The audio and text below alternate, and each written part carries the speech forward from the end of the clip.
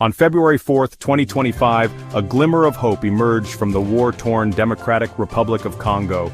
The M23 rebel group, notorious for its brutal campaign of violence, declared a unilateral ceasefire. This announcement, citing humanitarian reasons, offered a sliver of optimism in a conflict that has devastated the nation.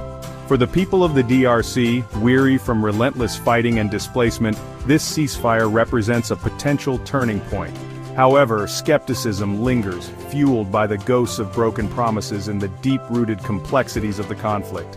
The international community, long urging for a peaceful resolution, welcomed the ceasefire with cautious optimism.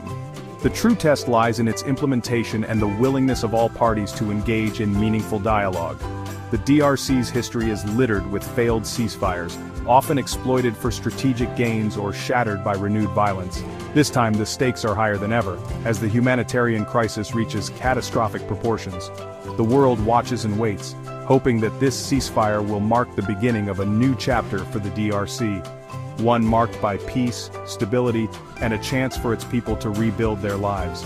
The road ahead remains fraught with challenges, but the ceasefire offers a glimmer of hope in the darkness, a chance for peace to prevail. The world is watching to see if this time will be different. The hopes and dreams of millions rest on the fragile foundation of this ceasefire. The current conflict in the DRC is but the latest chapter in a long and troubled history. To understand the M23 ceasefire and its potential implications, one must delve into the roots of this complex crisis. At its core lies a toxic mix of ethnic tensions, regional power struggles, and the insatiable hunger for the DRC's vast mineral wealth. The First Congo War, which erupted in 1996, saw the overthrow of Mobutu Sese Seko, paving the way for Laurent Désiré Kabila to assume power. However, this transition did not usher in an era of peace. Instead, it marked the beginning of a new conflict, drawing in neighboring countries vying for influence and control over the DRC's resources.